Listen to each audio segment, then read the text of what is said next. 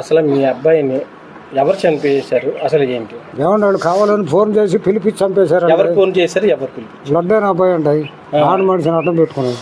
ఆడు ఫోన్ చేసేటప్పుడు ఆ రేత్రి ఎంతో ఫోన్ వచ్చింది పిల్లోడికి. అంటే ఈ రోజు అంటే జగన్మోహన్ రెడ్డి మాజీ ముఖ్యమంత్రి అయ్యి ఉంటే మీ అబ్బాయిని చంపేశారు అన్నారు లడ్డు.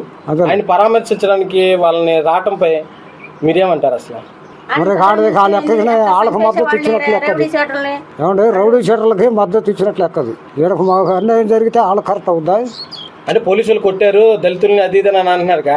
దళితులు కొట్టారు అందుకనే పరామర్శించడానికి వచ్చాను పోలీసు వాళ్ళు అది ఇదని అంటున్నారే.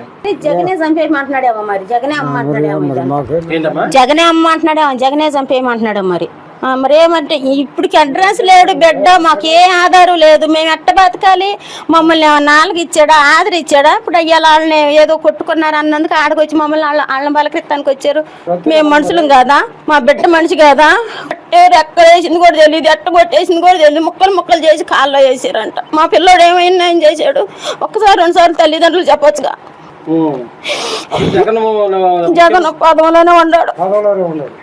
శివకుమారి వాళ్ళకిలా, మెరుగు నాగార్జున వాళ్ళకిలా, మమ్మల్ని ఎవరు వాళ్ళకిలా మాకేం సమయం చేయాలి? మాకు బిడ్డం కూడా చెప్పాలి. అసలు ఆ లడ్డుగా ఈ రోజు పరామర్శించడం అసలు మీకు ఎలా అనిపిస్తుంది? అసలు మాజీ ముఖ్యమంత్రి అయ్యుండి అని నుంచోబెట్టారు తీయాలనిపిస్తాను. మా పిల్లాడు చంపేస్తే వాళ్ళని అట్ట బతకాలనిపిస్తాం మాకు అనిపించింది. మాకు ఎవరంగా మా పిల్లాడు అవుతాడు.